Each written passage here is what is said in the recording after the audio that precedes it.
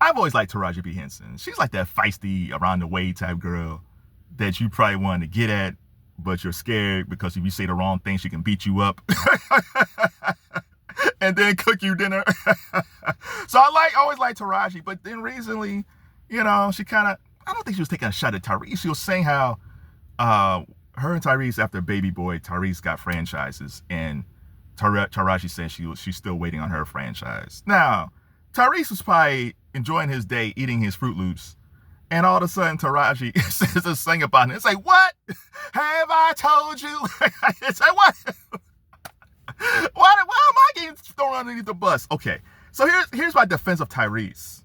Tyrese, at the time of Baby Boy, was a huge star. The first time most of us saw Tyrese, he was 16 years old, seeing the Coca-Cola commercial. He was fantastic on that bus with his headphones. And we didn't know because he was the Coca-Cola kid. He's the Coca-Cola guy. And then he started acting. He did bit parts here and there. And then he became the biggest R&B star in the world. Some pop hits, but he was like the biggest R&B star in the world. Like, if you go back to the early 2000s period, it was kind of like Usher, R. Kelly, and probably Tyrese. And sometimes Tyrese might have been number one. Like, Lately is such a good song. Like, Tyrese! Go back and listen to Tyrese's catalog. Tyrese's catalog is so good. But by the time we get to Baby Boy, he was a star. When they was filming that film, they weren't screaming for Taraji P. Henson because Taraji was an up-and-coming actress at that point. They were screaming for Tyrese. And Baby Boy, I think John Singleton wanted to do Baby Boy, but Pac got killed, and John held on to it until he ran into Tyrese, and he felt like, I think John said that. Rest in peace, John Singleton. Rest in peace to Tupac. I think Singleton said, like, I don't think he was going to do the film after Tupac, and I think he said Tyrese is the only person he could think of who could do this film justice, and he was right. Tyrese was fantastic after that, but Tyrese was already a star. Like, the thing about Taraji P. Henson is that during that time period, she wasn't even in the black rom-com era, like The Best Man, The Wood, Brown Sugar, Love and Basketball. Like, she kind of missed that era. And even then, she was good in Baby Boy, but at that point, she had Baby Boy, she had Hustle and Flow. But there was so many talented black actresses at that point. If I'm a casting agent or a producer, even after the success of Baby Boy, I'm looking at Nia Long, I'm looking at Sanaa Lathan, I'm looking at Queen Latifah, I'm looking at Halle Berry, because Halle Berry was the top chick back then. I'm looking at Vivica Fox. Like, there was way too much competition back then. That even if Taraji P. Henson thought that she should get more stuff at that point, there was too many black actresses in her way at that point, especially Halle Berry. So when we talk about franchises, Halle Berry had the James Bond film and she got the X-Men films. I never liked her as Storm because Storm was a statuesque Nubian queen, and I love Halle Berry. But she was never a good fit for Storm for me, but that's who they want.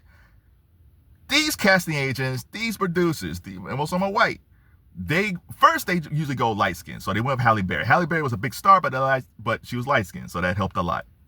But then they went through the whole racially ambiguous thing. So that's where we get the Rosario Dawson. She was that chick for a minute. And then we hit Zoe Saldana. And Zoe Saldana, we get Guardians of the Galaxy, she played a hero in Star Trek.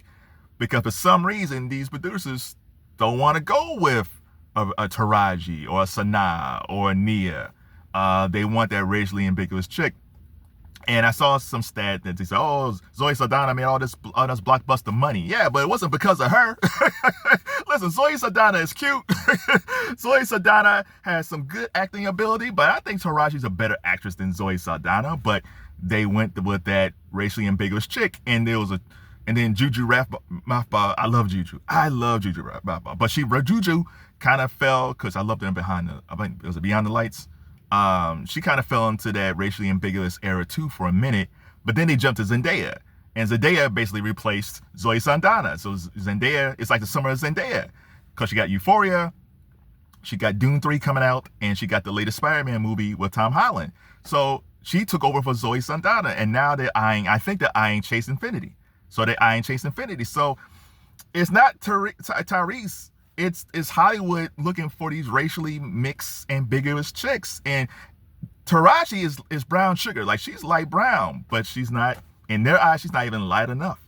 Now look at Tyrese, because she was saying Tyrese got all these franchises. Technically, yes, he did. but he wasn't the major star of these things. The Fast and Furious films, that was Vin Diesel, Paul Walker. I can't remember. I think Tyrese popped up in Tokyo Drift. But even when Vin Diesel came back, it was Vin Diesel and Paul Walker, and then just Vin Diesel. Tyrese's part was he was comic relief of Ludacris. It wasn't Vin Diesel and Tyrese Gibson. No, it wasn't like that. And even when you look at the Transformer movies, it was Shia LaBeouf. Hollywood was not as a good-looking guy that Tyrese is, as brand rich as Tyrese was. They was not going to have Transformers starring Megan Fox and Tyrese Gibson. Ain't no way in the world they would have that dark-skinned man with that beautiful white woman. No! It's like, we'd rather have a short dude like Shia LaBeouf with Megan Fox than Tyrese Gibson. So, but Tyrese was in it, but he was third. He was behind, what, Josh Duhamel? I think Josh Duhamel was, it was like Shia LaBeouf, Josh Duhamel, and I think it was Tyrese. So he was in these films, but he wasn't a star. He didn't write this stuff. He didn't produce this stuff. So, and how many films did Tyrese probably audition for? He probably auditioned for a ton of franchises, and he didn't get it. I'm not a fan of Chris Pratt, but somehow, some way, Chris Pratt got Guardians of the Galaxy, and he got Jurassic Park. You don't think Tyrese could have done Jurassic Park at least? Maybe not Guardians of the Galaxy. I guess he could have done that, but he could have done a Jurassic Park, and it would have been cool. But they went with Chris Pratt. And I think Tyrese Gibson is as good or better of an actor than Chris Pratt. So even Tyrese, even though he got into these franchises, he still had his issues. And with Taraji, man, listen, I get her angst. Like, I'm sure a lot of black actresses probably said the same thing about getting these franchises. But when you look at her body of work, so she had Baby Boy, she had Hustle and Flow. She did have some franchises just on TV. She was on Person of Interest for over 50 episodes of Person of Interest, and she's legendary as Cookie on Empire, and that's over 100 episodes. And she has Hidden Figures, and she had Think Like a Man. But listen, I get it. If you're like her and she's ambitious, and she seemed like someone like Olivia Munn, like Olivia Munn was in an X-Men movie. And she probably looking at her as like, I can do that. So there's probably a lot of white actresses or racially ambiguous actresses that she's probably looked at and said, I could do just as good as them, and she probably could. But if you look at her career, she's had a solid career, and she's been in a few Tyler Perry movies as well. If you ask Lisa Ray or Elise Neal, if you ask them, would you rather have your career or Taraji's career? Oh yeah, and Benjamin Button too. I think some of those black actresses, Monica Calhoun, like a lot of those black actresses that we saw in the late 90s, early 2000s, that we don't see as much now, if you ask them, would you rather have your career or Taraji P. Henson's career? You're not going to be in any franchises, but you're going to be a working actress. You're going to be on 2 hit TV shows. You're going to be in film like Hidden Figures. You're going to be in an Oscar film like Benjamin Button. Would you rather have her career? Say, girl, yes. I'd rather have her career. So I get it.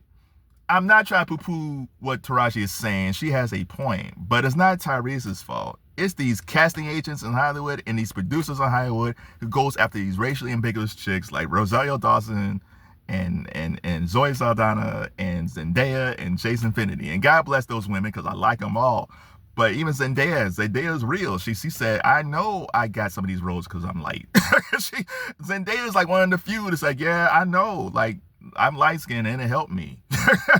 but at least Zendaya understands this. Some, I think they want to say it, but they don't want to get in trouble with Hollywood. But and plus, again, Taraji back then, her competition wasn't Tyrese. It was Sanaa Lathan and Nia Long and Queen Latifah and Halle Berry and Vivica A. Fox. Like, there was too many other black actresses. And I'll bring this up before I go. Viola Davis, you don't think Viola Davis was looking at Taraji P. Henson, like Baby Boy and Hustle and Flow and some of these other things that she was in 2000s.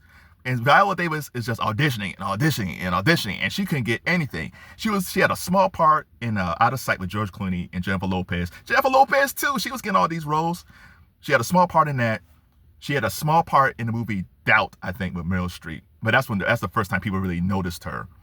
But it was a small part. She was playing the mom, and then she played a maid in The Help. And it wasn't until How to Get Away with Murder that she became Viola Davis. But because that Viola was a little bit older and she was dark skinned and she wasn't the cute chick, the cute around the way girl chick, actually she was looking at Taraji. She's like, man, I wish I could get that role like Taraji. She's so talented.